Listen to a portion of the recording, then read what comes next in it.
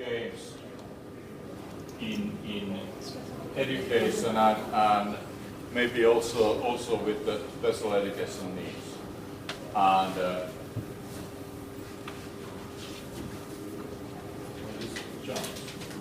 great. So background. I think this is the wrong presentation. Let's see if I have another one.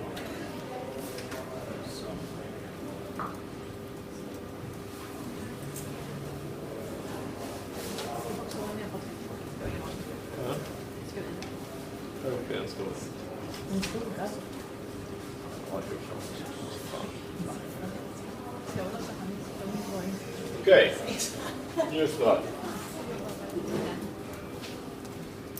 So the background is that there has been plenty of new challenges for the new curriculum in Finland, and one key thing is to implement this existing open educational resources and new pedagogical methods in the teaching processes and learning processes. And one of the, let's say, most spoken is games and gamification in education. And the games in education is positive thing in our point of view, and depending on our experiences, because gaming is already a skill and competence that all the young people, most of them.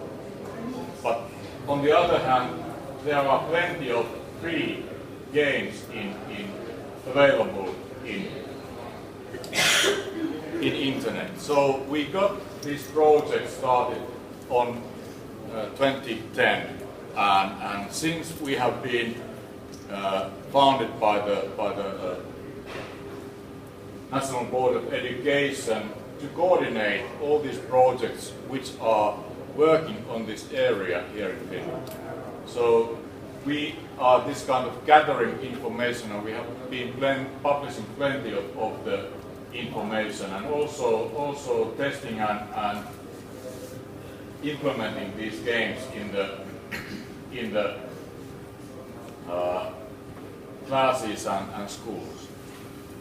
We also have been working with the virtual environments, and as you know, the virtual environments were quite a big thing a couple of years ago still, and now it's downgrading a lot because all the projects were ending.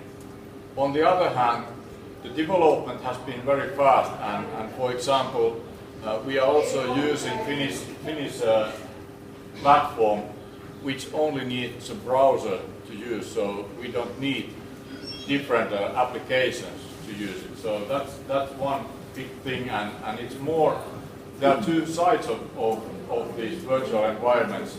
Second Life, which is the biggest learning environment in internet, has more than 40,000 learning objects and learning areas. So every big research institute has developed there something. So it's a huge library of learning possibilities.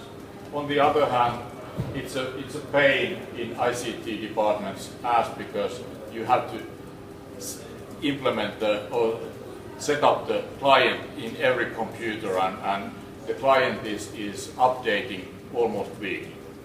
So it's not very useful in schools, but still there is huge amount of learning content, and that we have been going through also. But this I will concentrate more on the game area. So what we have been doing, we have been organizing on our website games per subject and class levels with instructions. And we have both Swedish pages and English pages, so you can use everything. So I will show it in the end.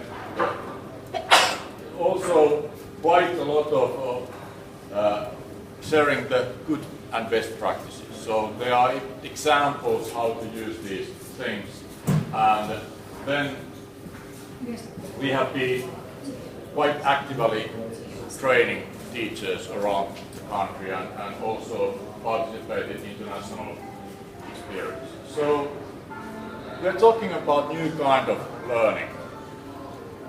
And there was one thesis which said that boys who play more than 15 hours per week get better results in English than girls in the maturity test.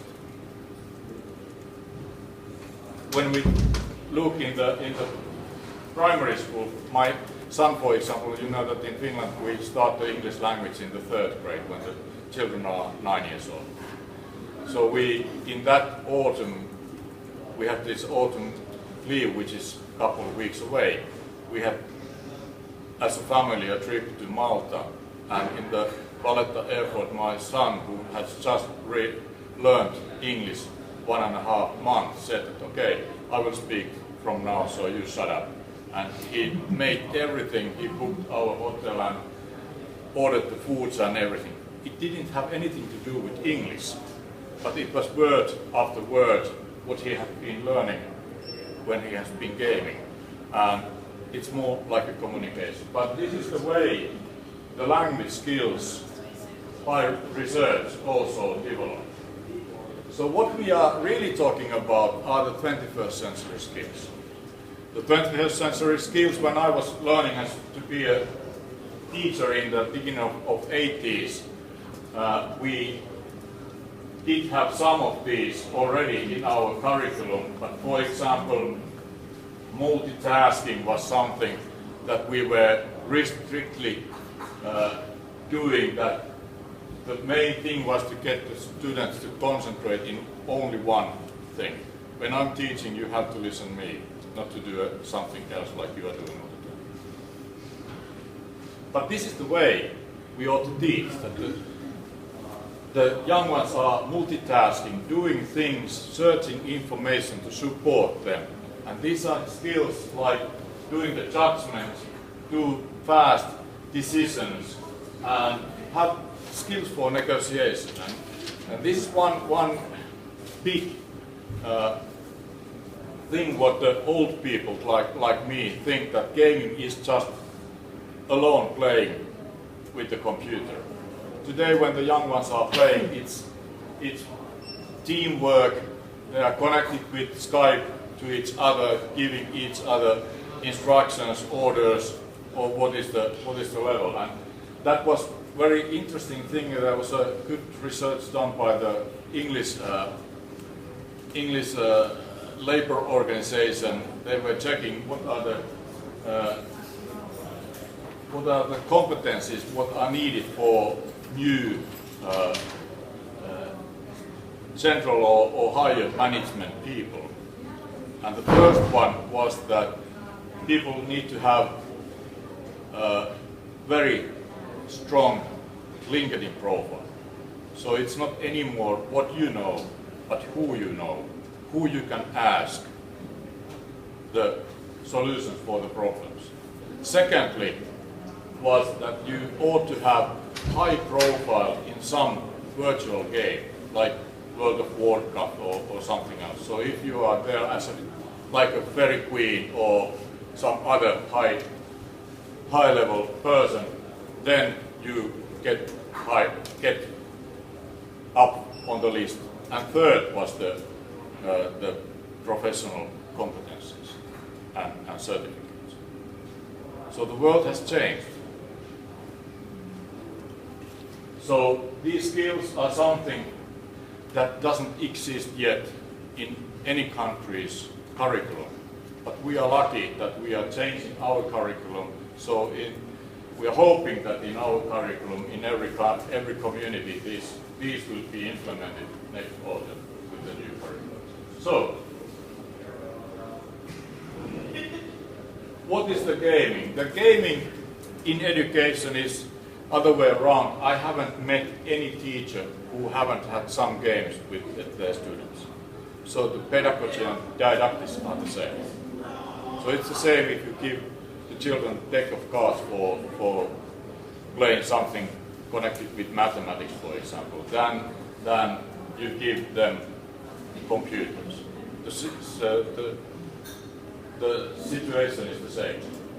The main thing is that the gaming is motivating and gives everybody sustainable challenges.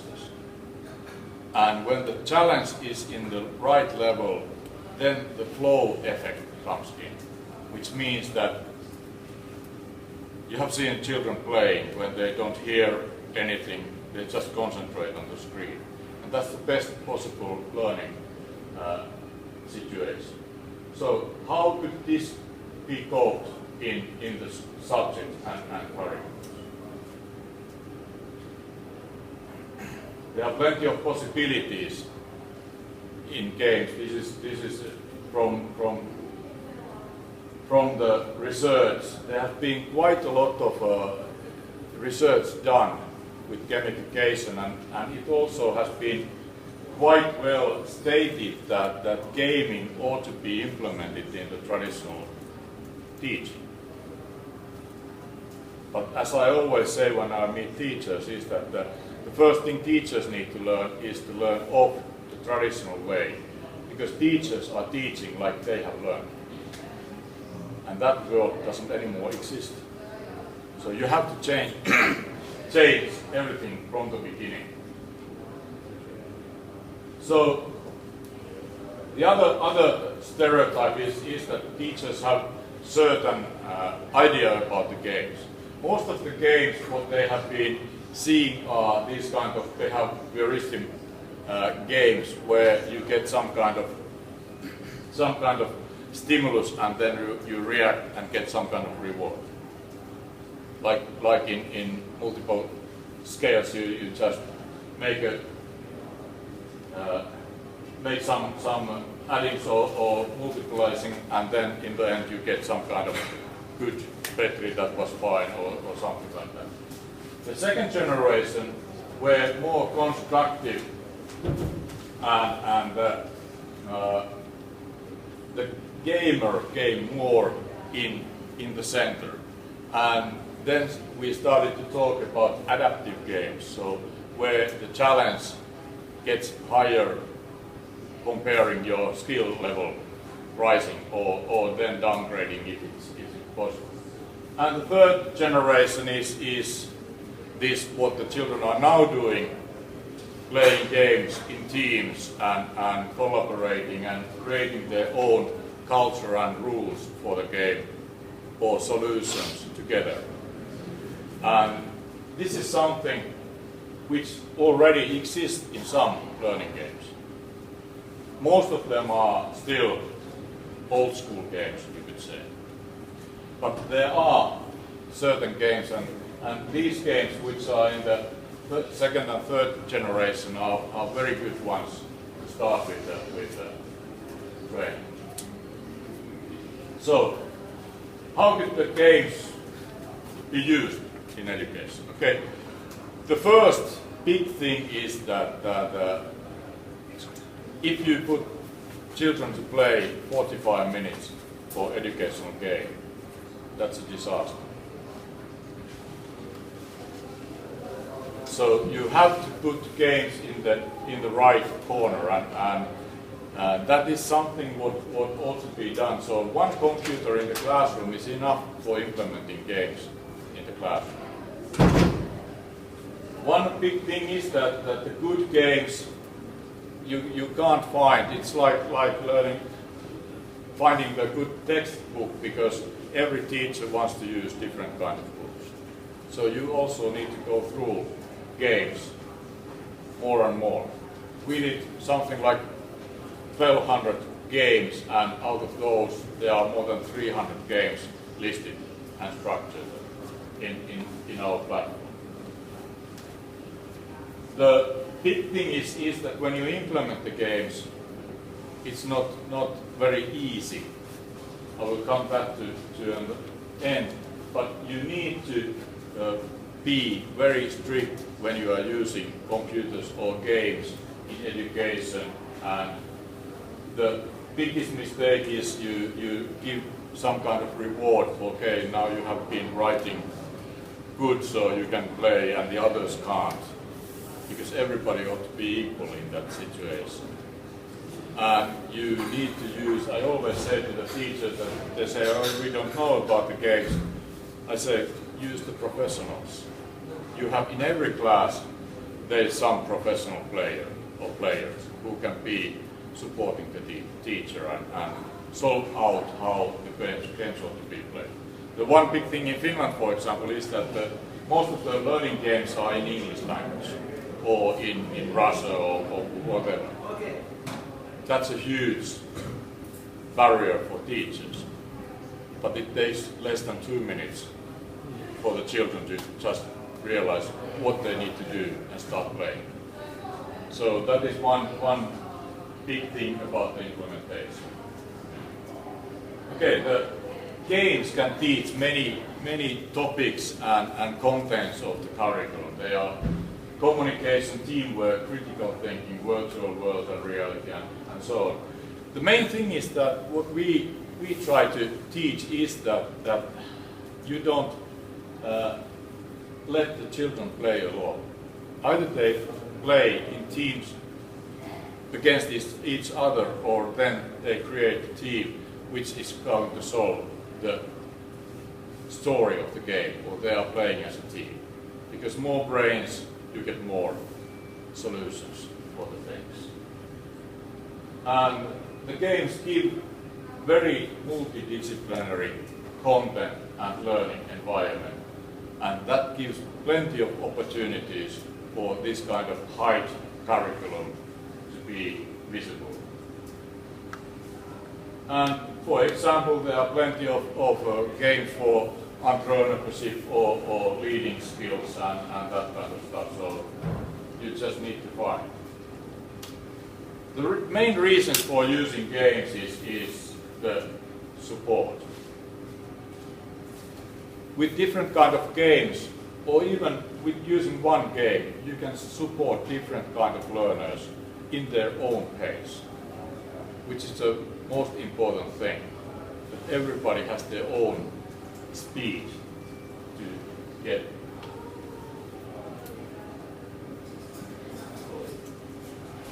Then reward. The reward is not what teachers always think, that okay, I give you an apple or hearts into your. That's not the reward, because the games are rewarding yourself. Every time you play, you get some kind of outcome from the game. And next time, if you go over that result, you get your self-esteem becomes stronger, so you will be rewarded by yourself. And that is very, very powerful tool to support this. Of course, integration is very important, and then motivation. Motivation, when you are playing the game, the motivation comes almost the most easiest way when the children are in the game. But that's the tricky part. So the games are very motivating. There's huge variation of games, and that is a big challenge for teachers. So what games you ought to use. For example, I have done it very many times, so that because in our system there are more than 300 games, more than 40 mathematical games, for example. I've given the children them as a homework. So, for example, you two will check for tomorrow these 3 games, and then you do it like we do with the readings. That what was the game like? Did you like it? And will you suggest this to your colleagues or to your friends? And that's the way for teachers to find out what the children think about these games. And when there is game which they say that okay, this will support my learning or whatever, that could be the game that everybody starts to play and get some kind of thing. For example, here is 4th graders who are playing a game in pair. So the other one is thinking what to write, and the other one is just giving ideas or whatever. The pair is quite good combination in beginning the game. So learning together, solving the problems together, and of course seeking information together, because as said, two brains no more than one. This is bad. I think it doesn't get there. But this is a situation where the whole class is playing one game. So there's one who is using the mouse and the others are giving him instructions, and if it's caught as mouse, the mouse can go from place to another. It's also developing the ICT skills in that sense. So for special educational needs and talented students, the own progress, the self-esteem, self-worth, speech skills levels, then here's a better picture about one class playing. This is this kind of a geometric game where they need to calculate the angle, and there's a spider going, and if the spider drops, they lose. So it's like a auction when they are shouting what could be the right answer, and there is one guy who is using the computer, and it's very important that he is very concentrated to hearing the things, and so there are plenty of different kinds. So only one computer, one data project, everybody is gaming with computers. So you don't need one-to-one system for that. The big thing is the positive feedback coming from the teachers. The positive feedback is my favorite as a teacher, because teachers are so nice people that they always want the best for the students. And when they want the best, then they give the mathematical exam back and say that, oh, I could only give you the 7 because you only knew this. But that's not positive feedback. The positive feedback is upside down. So I give you the paper and say, oh, I gave you 7 because you knew all these things. And you need to little practice these ones, and you get better now. And then you start smiling as a student. That's the positive thing. And you can easily do, because the games have very fast pace. So every time the child gets better result, you go and say, oh, you are getting better, and now you have this. Because most of the games have scoreboards which tells also the right answers and what went wrong. So you can easily analyze, okay, you need to practice a little bit more this, and then it goes very well. And then friends, this is a comment about a guy who is sitting in the wheelchair, only left hand forefinger is moving, but he has been playing all his life. So they always pick him first as a player, because he is a professional in this area. It doesn't matter what the game is. It's 20 seconds and he is already winning the game. But that can happen. So the integration of games. We have plenty of these already made games. If you look, for example, Angry Birds and Physics from Google, you get ready-made learning plans or lesson plans out of it. And there are plenty of different kind of games.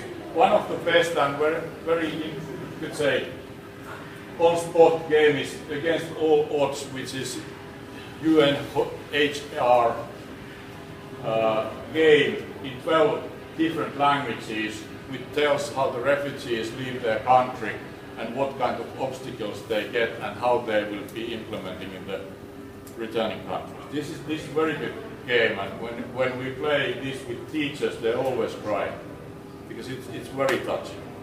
And you easily can make a mistake or something. There is one phase when you, for example, when you have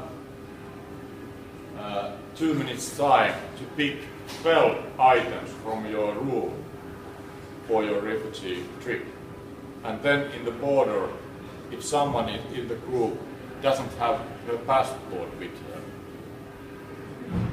They need to make the decision, either everybody is staying or they leave this one out. What if it is your daughter or your sister? The hard decisions. And then, of course, the languages, and then the big thing we are using in our system is that we are using the tutor students. So the older ones are teaching the younger ones, or the parallel classes. The other one who has learned the game, they will go to the neighbor and teach also that one. And then special needs pupils and ordinary learners is the one. So there are plenty of various of different games for different learners, different kind of learners and different level of learners. Many games are adaptive, so they will make things harder for the students when the competencies are growing, or they easily also downgrade the exams if it's too hard. And what is important is the motivation as a whole. Okay, then teachers ought to ask, okay, how can we say that the children has been playing 10 times this game? That's the easiest thing in the book, because what I always teach the teachers is that when they ask this is the same thing that when you put children in the computer lab and they start playing, and you say, okay, you play 4 times this game, and when you get the last one started with the games, the first one says, okay, teacher, I have been playing already. Can I go to the internet or to Facebook? How to avoid that? The easiest thing is that there in every computer there is the print screen button. So every time the game is over, the scoreboard comes, and the children need to be taught that every time they see the scoreboard, they click print screen and then open Word document and control paste the